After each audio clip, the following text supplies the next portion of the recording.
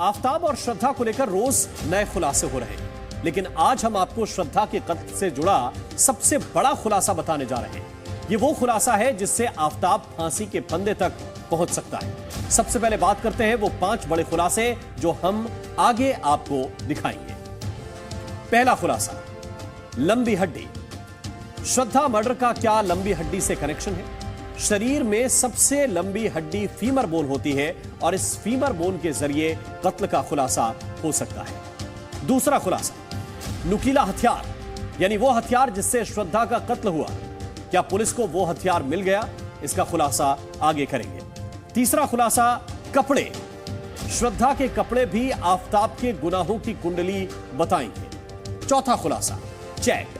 श्रद्धा और उसके दोस्त का एक चैट मिला है। इस चैट में आफताब की हैवानियत के किस्से बयां हैं। और पांचवा खुलासा, चेहरा। यह चेहरा श्रद्धा का है। श्रद्धा की वो तस्वीर जो उसने अपने दोस्त को खुद भेजी थी, इससे भी कई बड़े खुलासे हुए हैं। और इन 5 खुलासों से आफताब को घेरने की तैयारी हो चुकी है। दिखाते हैं आपको एक रिपोर्ट। पिछले 8 दिनों से दिल्ली के मेहरौली के इन जंगलों की खाक छान रही दिल्ली पुलिस को अब तक श्रद्धा की ना तो खोपड़ी मिली है और ना ही हत्या में इस्तेमाल हथियार। लेकिन 16 नवंबर को पुलिस को जंगल से कुछ ऐसा मिला जिसे देखकर पुलिस की आंखें चमक उठी। पुलिस को जंगल से क्या मिला, ये बताने से पहले सीसीटीवी की ये तस्वीर देखिए। सीसीटीवी में दिखाई दे रहा ये शख्स कोई और नहीं, आफताब पूनावाला है। सुकून और इत्मीनान से जा रहा है। आफताब की पीठ पर एक बैकपैक दिखाई दे रहा है। आफताब का ये वीडियो 18 अक्टूबर सुबह 4 बजे का है। सीसीटीवी में आफताब सुबह 4 बजे मेहरौली के जंगल वाले रास्ते पर दिखाई दिया। तो क्या इस बैग में आफताब ने श्रद्धा के शव का टुकड़ा रखा था जिसे वो फेंकने के बाद लौट रहा था? क्योंकि आफताब पुलिस को बता चुका है कि वो रात 2 बजे श्रद्धा के लाश के टुकड़े फेंकने के लिए निकलता था। लेकिन सवाल यह है कि पुलिस को जंगल से अब तक जो हड्डियां मिली है वो इंसान की है या जानवर की? इस सवाल का जवाब देने के लिए अब हम आते हैं उस खबर पर जब 16 नवंबर को पुलिस को जंगल में ऐसा कुछ मिला जिसे देखकर उसकी बाँछें खिल गई। 16 नवंबर सुबह 9 बजे पुलिस जंगल पहुंची। पुलिस उस जगह पहुंची जहां आफताब हड्डियां फेंकता था। वहां पर पुलिस को एक बड़ी हड्डी मिली। ये शरीर की फीमर बोन कहलाती है। फीमर बोन को जांग की हड्डी भी कहा जाता है। ये हड्डी बहुत मजबूत होती है। 16 नवंबर को दिल्ली पुलिस की टीम छतरपुर इनक्लेव के पास के मेट्रो पिलर के पास जंगल के इलाकों में पहुंची। यहां पर भी पुलिस को कुछ इंसानी हड्डियां मिली। दूसरी बार पुलिस को सर्च के दौरान रेडिसन उल्ना और पेटेला हड्डियां मिली। रेडिसन उल्ना कलाई और कोहनी के बीच की हड्डी होती है। पटेला घुटनों की हड्डी होती है जिसे नी कैप भी कहते हैं। 16 नवंबर को पुलिस को जो हड्डियां मिली उनमें कुछ असामान्य निशान नजर आए। वो निशान ही आफताब के गुनाहों की ओर इशारा करते दिखाई दे रहे हैं।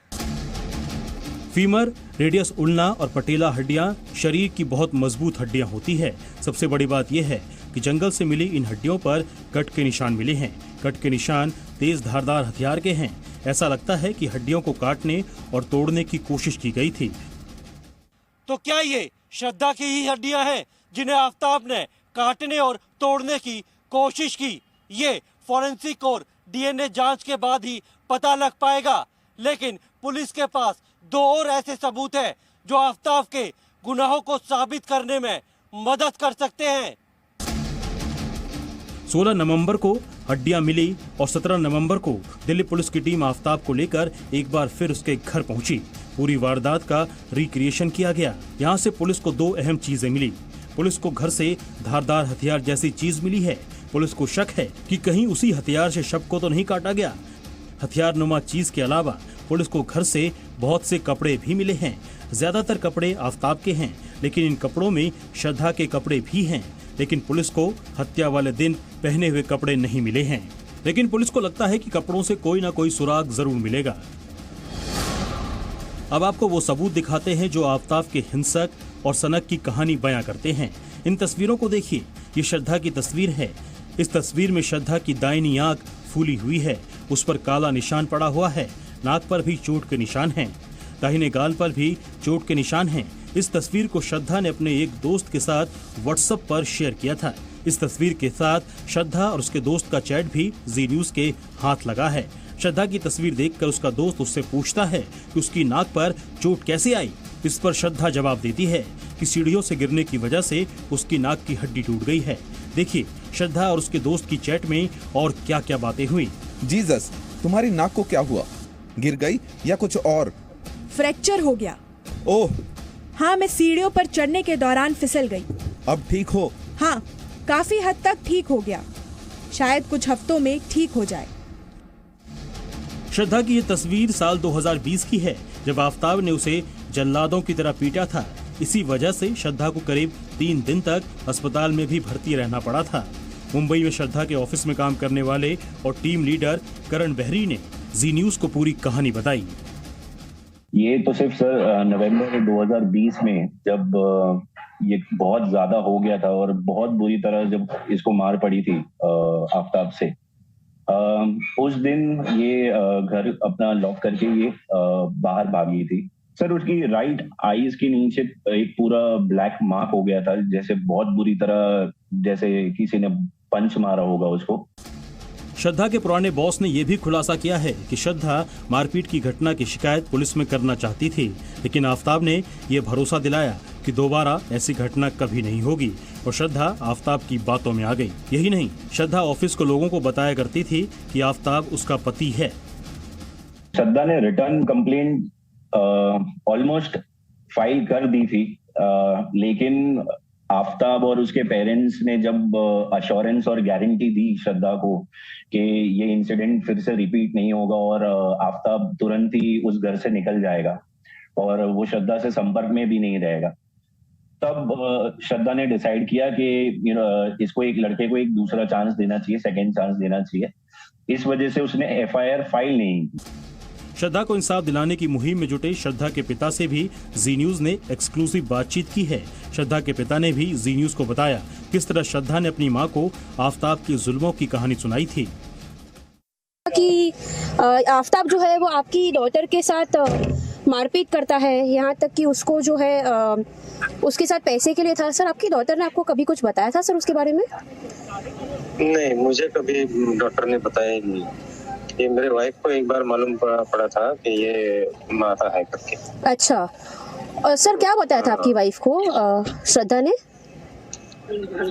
कि शायद वो उस वक्त उसके मुंह से किधर से खून आया था। ओके, ऐसा वो तभी उसको तकलीफ हो रहा था, तभी वो वाइफ को बताया कि मुझे तकलीफ हो रही है। और सर आपकी आखिरी बार कब बात हुई थी श्रद्धा के साथ? 2021 में। आफताब के पेरेंट्स अभी नहीं मिल रहे। आफताब की तो दिल्ली पुलिस जांच कर ही रही है, लेकिन सर आपकी क्या डिमांड है इस समय? क्योंकि as a victim's father sir आप अपनी लड़ाई लड़ रहे हैं, तो आपकी सर इस समय आपका क्या कहना है सर? मुझे तो पूरा जस्टिस मिलना चाहिए। अगर उसने ऐसे बुरी तरह से उसको मार डाला है तो उसको फांसी से भी अगर कोई बदतर सजा होगी तो वो दे चाहिए। तो सर कभी आप लोग की बातचीत हुई कि श्रद्धा वापस आ जाए घर पे या उसको छोड़ दे? इसके बारे में आपकी वाइफ से बात की हो, आपसे बात की हो या शीजे से बात की हो कभी? नहीं, ऐसे कभी वापस आने के लिए उसने कभी बोला ही नहीं मुझे। और सर जैसे हम कह रहे हैं कि श्रद्धा आपको ये बोल के गई थी कि अब मैं इंडिपेंडेंट हूँ, मैं खुद की लाइफ लिव करना चाहती हूँ। सर तो ये क्या वाकया हुआ था, कब बातचीत हुई थी सर श्रद्धा के साथ इसके बारे में? नहीं, श्रद्धा को वही बताया कि अभी हमें तो ये पसंद नहीं है, इसे वो अलग कास्ट का है तो ऐसे मत करना। तो लेकिन वो बोली नहीं, मुझे अभी मैं अपनी एज है मेरी और मैं खुद के डिसीजन ले सकती हूँ, उसके लिए मुझे उसके साथ लिव इन रिलेशन रखना है। इस बीच पुलिस ने श्रद्धा के दोस्तों से पूछताछ की है। इस केस में सबसे अहम सबूत श्रद्धा के दोस्त लक्ष्मण नाडर का बयान दर्ज किया गया था। लक्ष्मण ही वो व्यक्ति है जो श्रद्धा उसके परिवार के बीच की कड़ी था।